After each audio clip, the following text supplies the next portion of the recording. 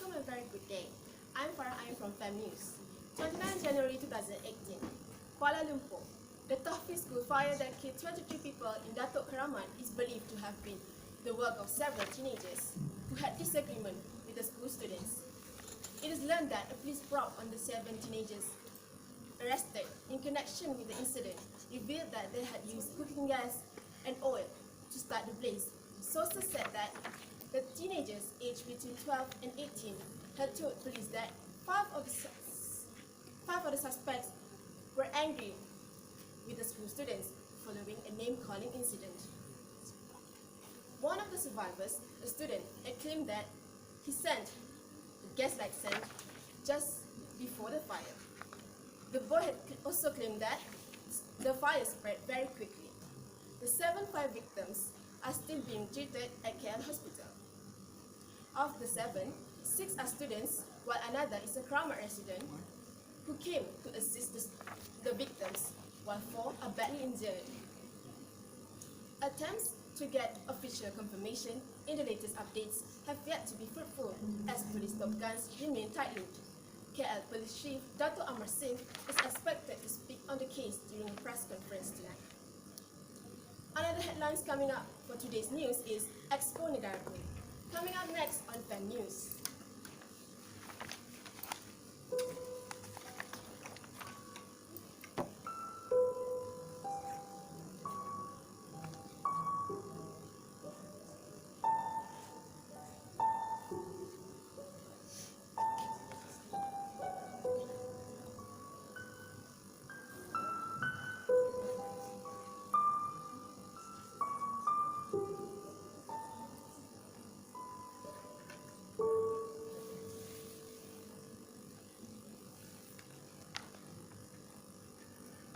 Prime Minister Dr. Sri Najib Razak on last Wednesday launched the Expo Negaraku 2017, marking the start of a month-long exhibition at Dataran Merdeka.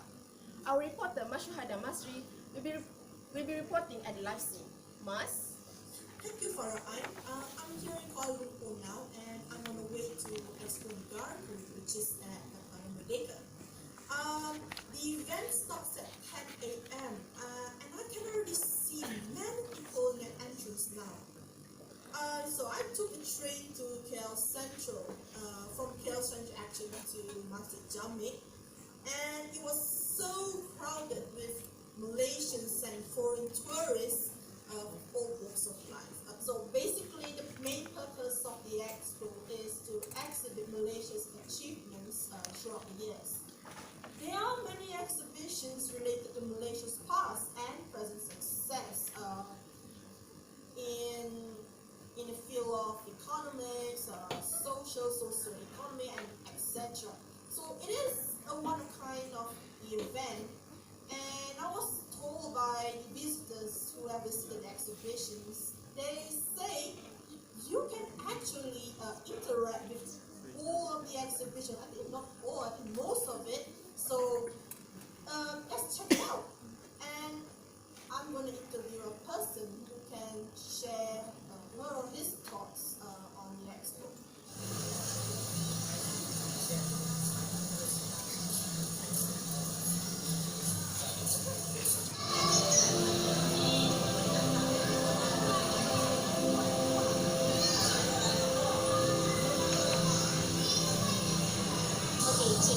Apakah pendapat anda tentang expo ni? Okay, saya dah bagi expo ni sangat menarik, memberikan bukan sahaja rasa seronok, maka kita juga rasa teruja. Sebab saya pun sampai dalam kita, masih ada 2 lagi dong, jadi saya masih macam teruja juga lah nak tengok apa yang dalam sosial. Cik rasa ada perlu ke expo ni penambahbaikan? Masih lancar lagi. Soalnya saya akan tengok keseluruhan lah pasti. Okey, Cik, exhibition mana yang Cik rasa yang paling menarik sekali dalam expo ni? Masa setakat ni yang ketiga ni lah. Yang pertama tadi pun okey juga. Sebab kita rata-rata macam tunggu kita tahu ada slide. Lepas tu yang kedua pun masa putaran yang lorong ni ada tembok tu kan. Okey, Cik akan recommend ke expo ni kepada family dengan kawan? Ya, bagi saya expo ni patutlah kalau kita, maksud saya anak muda, keluarga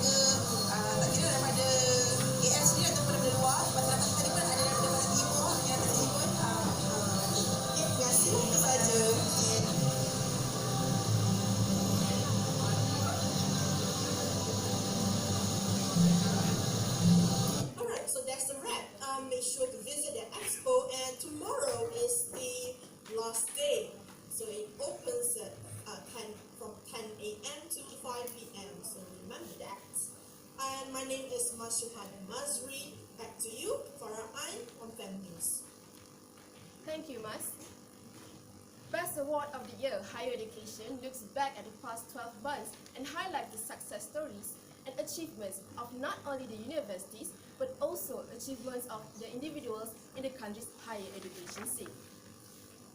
Leading the world is University of Malaya, which has steadily risen year on year in the QS World Ranking University.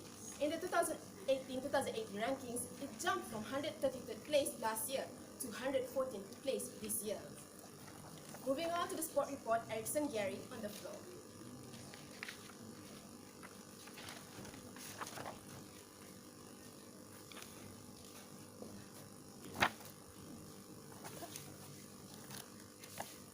Okay, thank you to my fellow co-worker Farhan. So right now, moving on to the sport news. Manchester United finally confirmed the signing of Alexis Sanchez from Arsenal.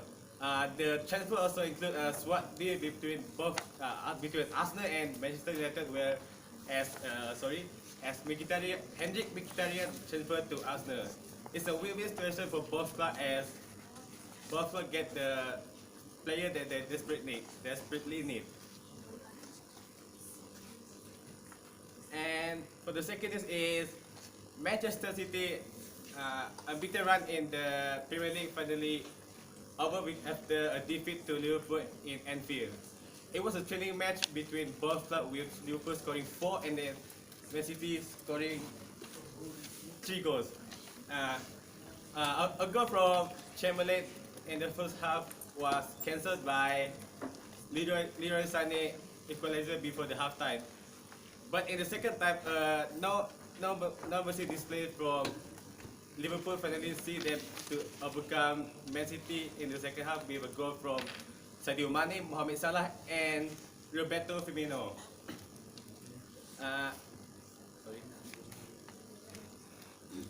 And finally, Manchester City 100% record in the Premier League is finally over. And breaking news from our co-director, Dr. Maria. A little kitten found dead, but the next day it's still alive. Okay, thank you. That's all from me, and back to Farhan in the studio. Thank you, Erickson. Las Vegas rock band Imagine Dragons kicked the year's schedule off in a gig with a pulsating.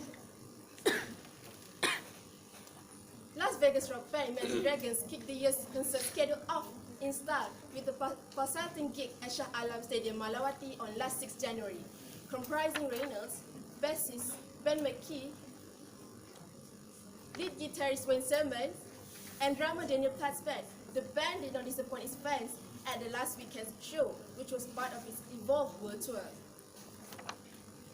The show began at 8:45 p.m. with a somewhat bewildering video montage about how the planet Earth began, before the foursome strode out and kicked things off with a thumping "I Don't Know Why" from its latest album, Evolve. The first sing-along of the night went as Reynolds built the crowd out to the major hit, It's Time. From the pop rock Stadium Pleaser, the band switched gears quickly to the heavy rock Gold, followed by the motor mouth, Whatever It Takes.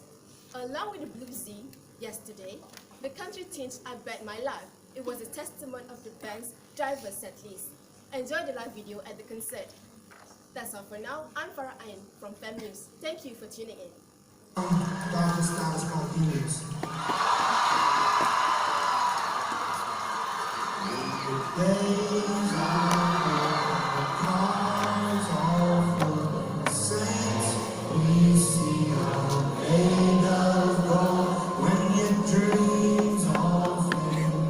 Ones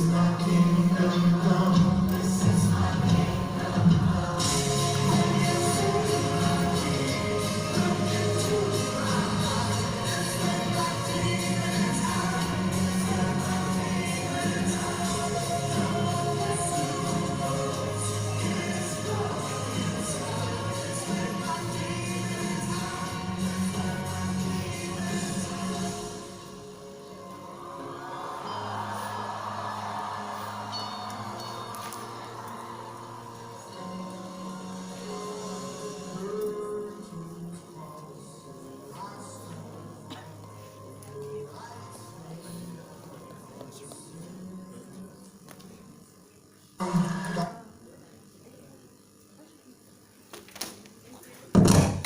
Thomas, thank you.